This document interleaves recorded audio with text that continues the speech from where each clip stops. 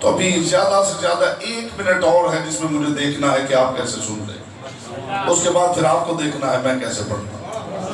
خدا کرے دونوں کا مان سلامت رہے۔ زبان پہ ہو تو اسلام ہے، دل میں اتر جائے تو ایمان ہے، اور دل سے ولایت کے موتی سمیٹتا ہوا نکل کے چہرے پہ پھیل جائے تو اطمینان ہے۔ اس سے بڑی بات میرے کوزہ عرفان میں نہیں، صاحبان بزم معرفت جو ہدیہ کر رہا ہوں۔ دل میں ایمان ہو تو دوسرے کو سمجھانے کے لیے دلائل دینے پڑتے ہیں، چہرے پہ اطمینان ہو تو بولنا بھی نہیں پڑتا اور وہ سمجھ جاتا ہے۔ یہ اتنی دیر تھی صاحبان بزم معرفت۔ دل میں ایمان ہو، بیٹا تقریر کے جواب میں آپ نہ بولیں، علی کے لیے وقت نکالیں۔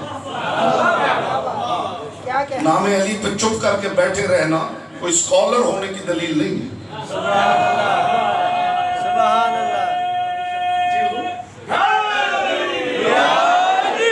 کچھ سامعین کی عادت ہوتی ہے کہ وہ چپ کر کے بیٹھے رہتے ہیں، ان کے ذہن میں یہ ہوتا ہے کہ شاید لوگ اس بات سے سمجھیں گے کہ میں کوئی مفکر ہوں،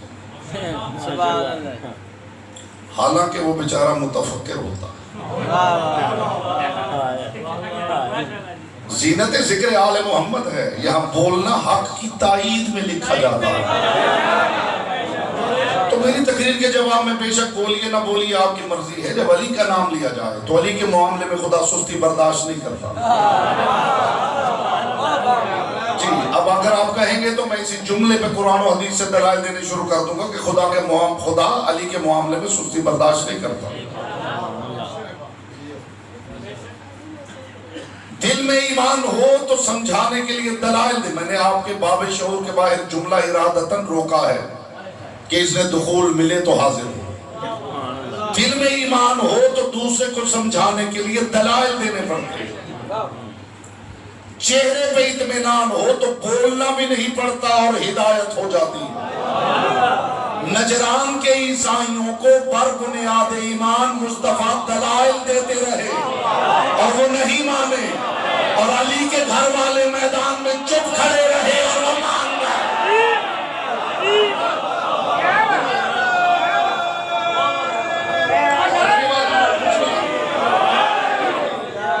علی کہیے تو یہاں سے، ایک بات یاد رکھیے، علی یہاں سے نہیں کہا جاتا۔ علی کا معاملہ زبان کے ساتھ ہے ہی نہیں، علی یہاں سے کہا جاتا ہے، اور جب یہاں سے کہا جاتا ہے تو پھر نام علی بتا دیتا ہے کہ میں کہاں سے آیا۔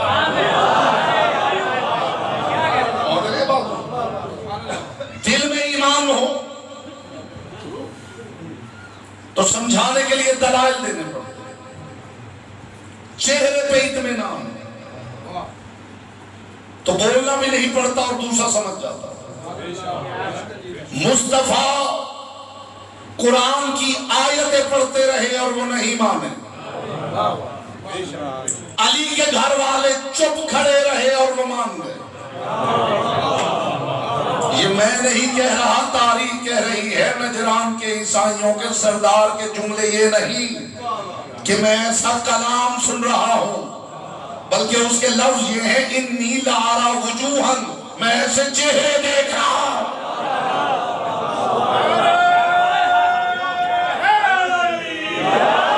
بات حضور باریک ہے اور اونچی ہے تو دھیمی آواز میں کروں تو لطف ہے جی، جب بات خود اونچی ہو تو اونچی آواز کی ضرورت نہیں ہے،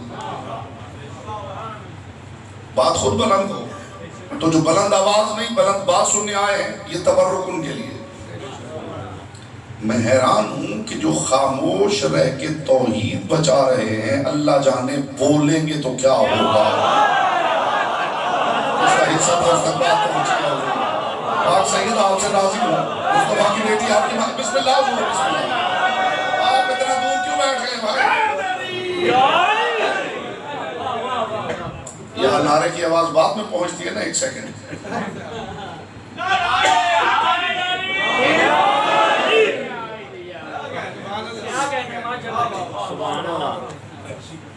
زبان پہ ہو تو اسلام ہے،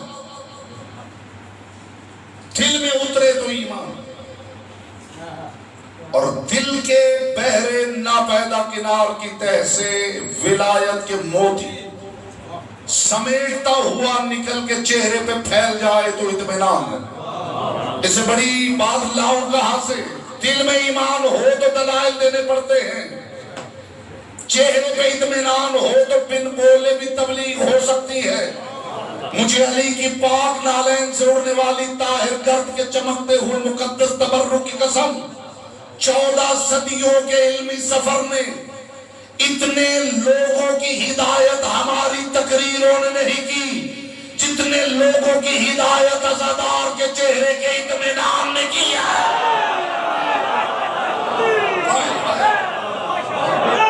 اپنے خلاف کون بولتا ہے حضور؟ اپنے خلاف کوئی بولتا؟ میں بول رہا ہوں 14 صدیوں کے اس عرفانی ہدایت کے سفر میں اتنے لوگوں کو ہمارے دلائل نے شیعہ نے کیا۔ معیار سماعت بڑھائیں۔ ایک اور بات بتا دوں، یہ بھی تہذیب مجلس میں شامل ہے کہ یہ واحد محفل ہے جہاں بیٹھنے کے لیے ذات سے باہر نکلنا پڑتا۔ وہ بندہ ساری زندگی ہنر سماعت نہیں سیکھ سکتا جو اپنی ذات کے حصار سے باہر نہیں نکلتا۔ کون کیا ہے وہ عزا خانے سے باہر ہے۔ یہاں محمود و ایاز ایک ہیں۔ خدا کی قسم دنیا کی کسی محفل میں حتیٰ کہ اگر باجماعت نماز بھی پڑھی جائے، اللہ کے حضور بندہ پیش ہو رہا ہو، تو وہاں بھی حکم یہ ہے کہ جو متقی ہے وہ آگے آئے، جو صاحب علم ہے وہ اگلی صف میں کھڑا ہو۔ اب میں کیا گنوں کون کون سے فیکٹرز ہیں جن کا خیال رکھنا پڑتا ہے۔ باعتبار نسب جو بلند ہے وہ آگے کھڑا ہو، جو علم میں آگے ہے وہ آگے کھڑا ہو، جو تقوی میں آگے ہے وہ آگے کھڑا ہو۔ دنیا کی کسی محفل میں آپ دیکھ لیجئے یہی قانون، سوائے مجلس حسین۔ یہاں بہت ممکن ہے کہ جو عالم ہو وہ دروازے میں بیٹھا ہو اور بچے سامنے بیٹھے ہو۔ ہاں یہ معیار ہے، یہ معیار ہے علوم۔ آپ بھی سن سکتے ہیں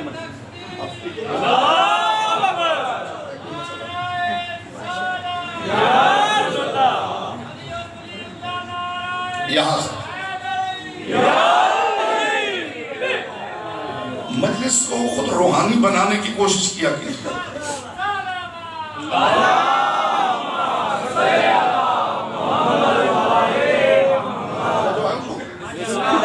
دیکھیے بہت سے چہرے مجھے مستقلاً سننے والے یہاں پہ موجود ہیں اور وہ جانتے ہیں کہ مجھے ادھر ادھر کی باتیں نہیں آتی، موضوع کے ذیل میں ہی مجھے گفتگو کرنی، مجھے لفظ اطمینان سمجھا، اور میں ایک جملہ بھی اپنے موضوع سے ہٹ کے کہنے کے لیے تیار نہیں ہوں۔ میں ایسا خطیب نہیں ہوں کہ آیت تطہیر پڑھوں اور بعد میں خیبر سنا۔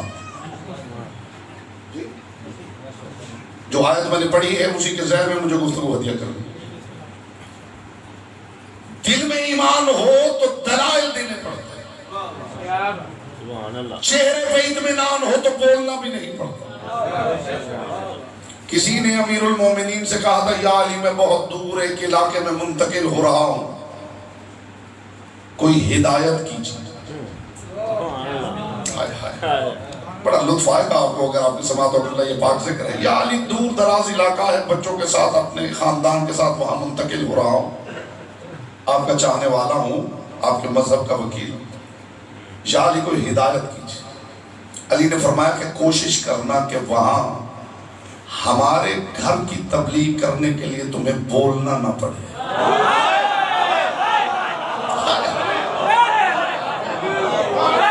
اور کس شاہ کا نام تبلیغ ہے انہوں؟ علی نے فرمایا کوشش کرنا کہ ہمارے گھر کی وکالت کے لیے تمہیں بولنا نہ پڑے، کردار ایسا دکھانا کہ جہاں سے گزرو لوگ کہیں وہ علی والا جا رہا ہے۔ کیریکٹر۔ اور آج اس مشکل دور میں یہ بھی بھی پیغام لے جائے غری کی تشہیر کا، ایک دوسرے پہ انگلیاں اٹھانی بند کرنا چاہیے۔ یہ اکثر مجالس میں یہاں بھی ماتمی حضرات آئے ہوں گے تو سنگت کے لوگ باہر بیٹھے ہوتے ہیں تو اکثر مومنین کہ جناب انہیں تو سمجھائیے، یہ تو مجلس ہی نہیں سنتے، پریشان ہو گئے ہیں۔ میرے پاس محبت کا پیغام ہے اور جو پیغام میں دے رہا ہوں انشاءاللہ وہ یہاں تک محدود رہنے والا نہیں، یہاں اترنے والا۔ ہر سامع اپنے دل میں ٹھنڈک محسوس کرے گا جو پیغام دے رہا ہوں۔ یہ جناب یہ ماتمی سنگت کے لوگ آگے باہر بیٹھے رہتے ہیں، مجلس ہی نہیں سنتے، تو انہیں تو سمجھائیے، یہ ہر جگہ کا مسئلہ ہے، انہیں سمجھائیے کہ آگے مجلس سنا کریں۔ یہ پیچھے باڈا پور میں مجالس تھی تو وہاں اتفاق سے جہاں میں پڑھ رہا تھا بالکل سامنے بارگاہ کا گیٹ کھلا تھا اور سنگت کے لوگ ماتمی حضرات باہر دریوں پہ بیٹھے تھے، تو وہاں ایک صاحب نے کہا جناب انہیں بھی سمجھائیے، اندر آ کے مجلس سنیں۔ تو میں نے کہا میں ابھی جاتا ہوں اور انہیں سمجھا کے لے آتا ہوں، لیکن ایک شرط ہے، اس کے بعد جو کام وہ کر رہے ہیں وہ تم کرو گے۔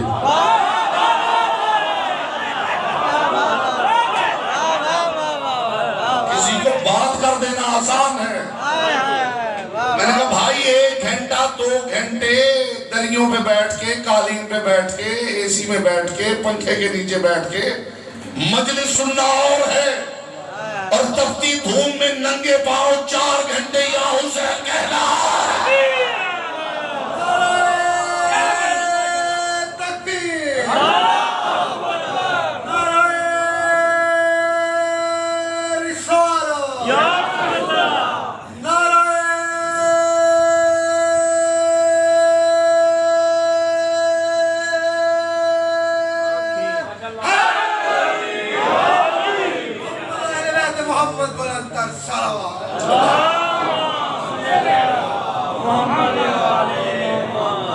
یہ تو عزادار ہیں، یہ تو بہت بڑا کام کر رہے ہیں، آپ حیران ہو جائیں گے۔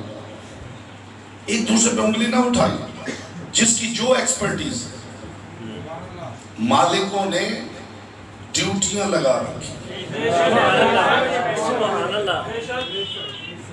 جو کام یہ بیٹھ کے کر رہے ہیں کوئی اور آگے کر کے دکھا۔ اچھا کچھ نہ کرے، اپنے گھر والوں کے نام ہی سپیکر پہ لے کے دکھا۔ آپ تو خاموش ایسے ہو گئے ہیں جیسے بہت آسان کام ہے۔ ابھی آ جائیے، ہاتھ کنگن کو آپ سے کیا ہے؟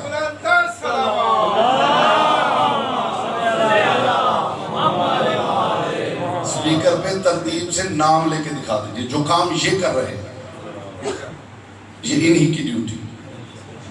حد یہ ہے کہ جو آپ کے لیے لنگر پکا رہا ہے، میں سب کے لیے گنجائش نکال رہا ہوں اور محبت کا پیغام دے رہا ہوں، آپ کو اپریشیٹ کرنا چاہیے۔ حضور جو لنگر تیار کر رہا ہے وہ وہی ہے، اسے ڈھونڈنا پڑتا ہے، ورنہ ہر مجلس میں نیا بندہ کھڑا کر دیا جائے۔ انگلی اٹھانے کی بجائے اسے سیکھنا چاہیے، جو زیارت تیار کر رہا ہے وہی کر رہا ہے، کوئی اور ویسی کر کے دکھا دے۔ تو ایک دوسرے پہ انگلی اٹھانے کی بجائے جو ایکسپرٹیز اس کی ہے اسے سیکھنے کی کوشش کیجیے، تنقید کرنے کی بجائے یہ فلاں یہ کرتا ہے تو یہ نہیں کرتا، وہ زیارت تیار کرتا ہے تو وہ مجلس ہی سنتا، وہ مجلس سنتا ہے تو وہ ماتم نہیں کرتا، وہ ماتم کرتا ہے تو مجلس ہی سنتا۔ ذرا اس زاویے سے بھی دیکھیے، خدا کی قسم جس کی جو ڈیوٹی ہے، علی ہی کے مکتب کے 2 شاگرد ہیں، ایک کا نام ابو ذر ہے، ایک کا سلمان۔ ابو ذر کی ڈیوٹی الگ ہے، سلمان محمدی کی الگ ہے۔ بتاؤں دونوں کی ڈیوٹی میں فرق کیا ہو؟ ابو ذر جندب بن جنادہ، ان کی ڈیوٹی یہ تھی کہ وہ عصا پکڑ کے یوں گھما۔ یہ دولت کہاں سے آئی ہے؟ دربار میں، حکومت کے دربار میں۔ یہ دولت کہاں سے آئی؟ یہ یہودی یہاں کیوں بیٹھا ہے؟ پریشان ہو گئے ہیں۔ خدا کی قسم آپ دیکھ لیجئے، کتابیں پڑھ کے دیکھ لیجئے، ابو ذر کا روزانہ یہی کام تھا، اسی لیے روضہ منتقل کیے گئے. سلمان محمدی بولتے ہی نہیں تھے.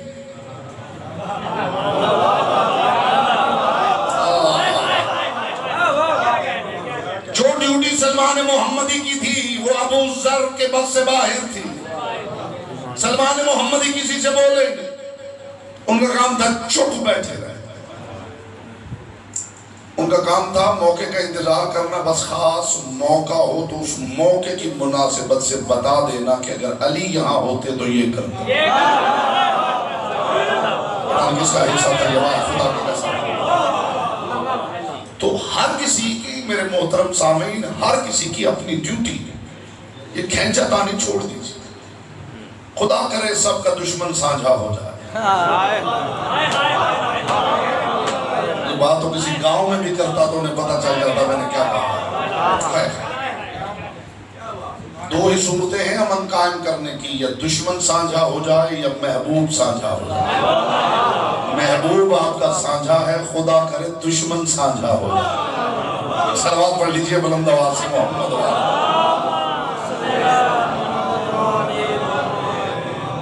جی کو ذہن درخیز ہو گیا ہو تو بات آگے بڑھائے. اے نفس مطمئنہ پلٹا اپنے رب کی طرف اس حال میں کہ وہ تجھ سے راضی ہے تو اس سے راضی. یاد رکھیے صاحبان بزم معرفت, طالب علم مطمئن ہے یا نہیں, یہ فیصلہ طالب علم کر سکتا ہے, ممتحن میں. میرے ساتھ دیجیے. طالب علم مطمئن ہے یا نہیں, یہ فیصلہ خود طالب علم کرے گا, ممتحن میں. اور طالب علم کامیاب ہے یا نہیں, یہ فیصلہ ممتحن کرے گا, خود طالب علم نہیں. میں باپ بیٹے کو مظہر العجائب نہ کہوں تو اور کیا کروں. باپ کا سر سجدے میں ہے, ممتحن خاموش ہے اور وہ خود کہہ رہا ہے میں کامیاب ہوں. بیٹے کا سر سجدے میں ہے, وہ خود خاموش ہے اور ممتحن کہہ رہا ہے تو نفس مطمئنہ ہے. اس کا حصہ تھا یہ بات خدا کی قسم.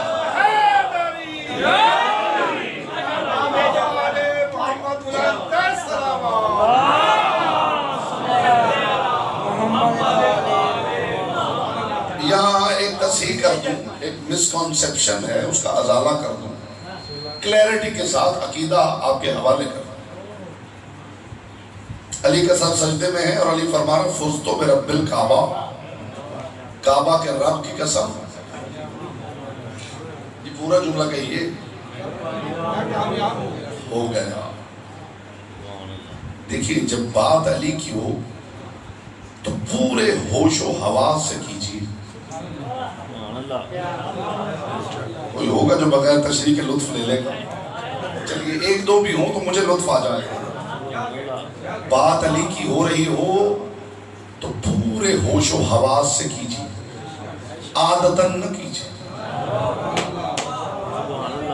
یہ جواب, یہ ترجمہ آپ عادتاً کر رہے ہیں.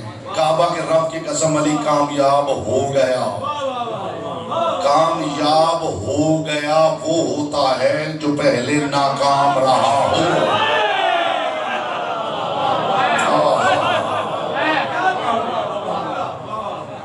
کامیاب ہو گیا وہ کہتا ہے جو زندگی کے کسی مرحلے میں ناکام رہا ہو. علی کی زندگی میں ناکامی دکھائیے تو میں مان جاتا ہوں کہ علی نے کہا میں کامیاب ہو گیا. ہو گیا ہوں نہیں, کعبہ کے رب کی قسم علی کامیاب ہے. علی جب سے ہے کامیاب ہے. علی کی زندگی میں ایک لمحہ بھی نہیں جس میں علی کامیاب نہ ہو. قیمتی بات قیمتی اذہان کا حصہ ہوتی ہے. باپ کا سر سجدے میں ہے اور ممتحن خاموش ہے.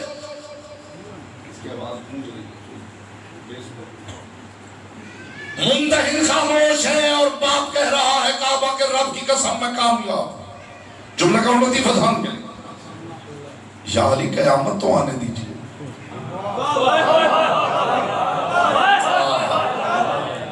یا علی میزان میزان تو لگنے دیجئے، اعمال تو تلنے دیجئے، پھر پتہ چلے گا کون کامیاب کون ناکام۔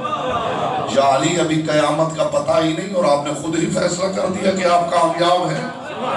علی نے یہ جملہ کہہ کے قیامت تک ہدایت کا مینار نور کھڑا کر دیا ہے کہ تم قیامت کے محتاج ہو، قیامت علی کی محتاج ہے۔ ان تو وہی ہے جس کی زبان سے کہتی امامت۔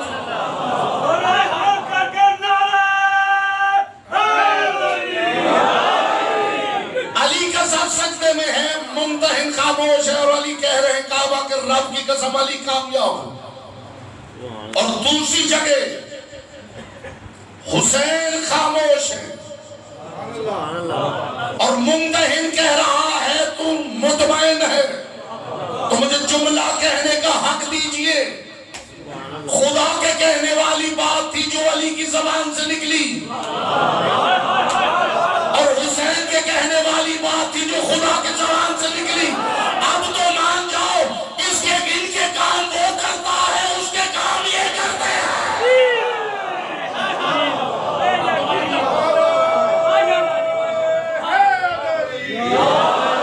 یا ایتھا النفس المطمئنۃ ارجعی الی ربک راضیۃ مرضیہ، اے نفس مطمئنہ پلٹا اپنے رب کی طرف۔ ہماری بات ہو تو کہتا ہے مر جاؤ۔ اس سے بڑی بات نہ ہوگا، آپ کس چیز کے منتظر ہیں؟ ہماری بات ہو تو کہتا ہے مر جاؤ، مر جاؤ۔ یہ کون ہے جسے کہا جا رہا ہے پلٹا؟ میرے محترم، آنا اور ہوتا ہے اور پلٹنا اور ہوتا ہے۔ اس کی بھی اگر آپ تشریح چاہتے ہیں تو پھر لطف نہیں ہے۔ آنا اور ہوتا ہے اور پلٹ آنا اور ہوتا ہے۔ مجلس میں آپ آئے ہیں، گھر پلٹ کے جائیں گے۔ جس بندے نے عزم کر رکھا ہے کہ میں نے چپ سے ہی مجلس سننی ہے، اس کا تو میں کچھ کر ہی نہیں سکتا۔ مجلس میں آپ آئے ہیں، گھر آپ پلٹ کے جائیں گے۔ پلٹا وہاں جاتا ہے جہاں سے کوئی آیا ہو۔ خدا حسین سے کہہ رہا ہے اپنے رب کی طرف پلٹا، اس کا مطلب ہے حسین کا وطن مکہ مدینہ نہیں، قرب پروردگار ہے۔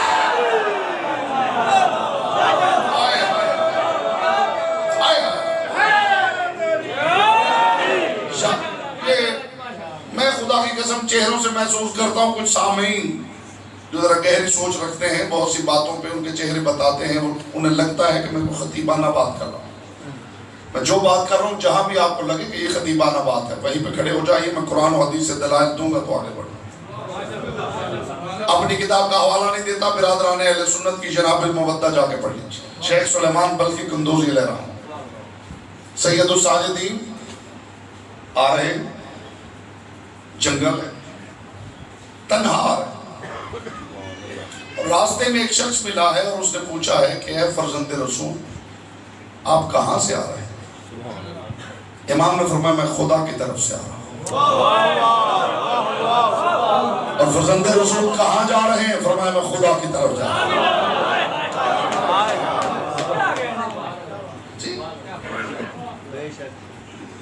اے نفس مطمئنہ پلٹا اپنے رب کی طرف۔ جو بندہ لفظ اطمینان ہی نہیں سمجھا اسے کیا خبر ہوگی کہ نفس مطمئنہ کیا؟ دیکھیے یہ جو اطمینان ہے یہ بہت آگے کی منزل ہے۔ ابتدا ہے احساس کامل ہو جائے تو پھر ہے منزل ادراک مکمل ہو جائے تو پھر ہے منزل معرفت کے بعد ہے علم الیقین کے بعد ہے عین الیقین کے بعد ہے حق الیقین کے بعد ہے اطمینان۔ اس بات کی اگر آپ نے قدر نہ کی تو نچلی اڑان بھرنا میری مجبوری ہو جائے گی۔ ابتدا ہے احساس، پرسپشنز، احساس کامل ہو تو پھر ادراک منزل کمال کو چھوئے۔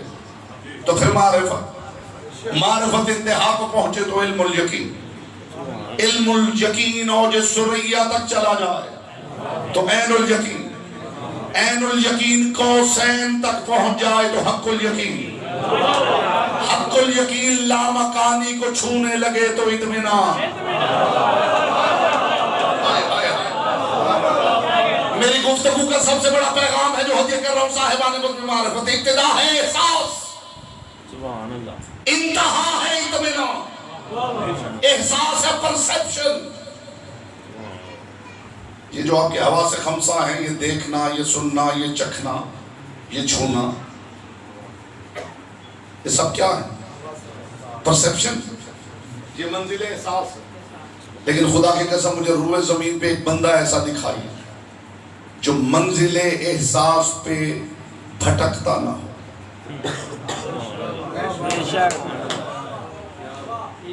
منزل احساس پر پرسپشنز کی دنیا میں جو بھٹکتا نہ ہو، ایک بندہ دکھائیے، جتنا بڑا اسکالر لے آئیے، جتنا بڑا عالم ہو، جتنا بڑا شاعر ہو، جتنا بڑا مفکر، گرمیوں میں سڑک پہ وہ بھی پانی ہی دیکھتا ہے جبکہ ہوتا نہیں۔ ہمارا تو کتنا روزانہ کا سفر ہے، ہم روز دیکھتے ہیں، یہ گرمیوں میں روزانہ یہی ہوتا ہے کہ سڑک پہ آگے آگے نظر آ رہا ہے کہ پانی ہی پانی ہے جبکہ ہے نہیں۔ اس کا مطلب ہے آنکھیں دھوکہ دے رہی ہیں، نہیں دے رہی؟ جس کی آنکھیں دھوکہ نہیں دیتی وہ ہاتھ کھڑا کرے، ابھی فیصلہ ہو جائے۔ سماعت دھوکہ دے رہی ہے، لگتا ہے بھائی نے آواز دی، پلٹ کے دیکھتے ہیں تو ہوتا کوئی اور۔ یقین نہ آئے تو میں یہاں پریکٹیکل کروا دیتا ہوں۔ لمس دھوکہ دے رہا، دو پاٹس لے لیجئے، ایک میں گرم پانی رکھ لیجئے، ایک میں ٹھنڈا۔ پہلے گرم پانی میں ہاتھ ڈالیں، پھر ٹھنڈے میں ڈالیں، پھر گرم میں ڈالیں، دوبارہ گرم میں ڈالیں گے تو وہ ٹھنڈا لگے، ٹھنڈے میں ڈالیں گے تو وہ گرم لگے۔ منگوا لوں گی، ویسے ہی مان جائیں تو بہتر ہے۔ یہ تو مانی میں جسے ریکویسٹ کرتا ہوں کہ جناب لے آئیں یہاں، پہلے ہم پریکٹیکل کر لیں۔ اس کا مطلب، چلیں بسم اللہ، مہربانی، اس کا مطلب ہے آنکھیں بصارت دھوکہ دے رہی ہے، سماعت دھوکہ دے رہی ہے، قوت لامسہ دھوکہ دے رہی ہے۔ پرسپشنز کی دنیا میں انسانیت ایلیوژن کا شکار ہے، ہوتا کچھ ہے، محسوس کچھ ہوتا ہے۔ اس کا مطلب ہے منزل احساس پر بھی ہم دھوکہ کھا رہے ہیں۔ میں حیران ہوں جو بشریت منزل احساس پہ دھوکے میں ہے، وہ اس سے مقابلہ کرنے نکلی ہے جسے خدا نفس مطمئنہ کہا۔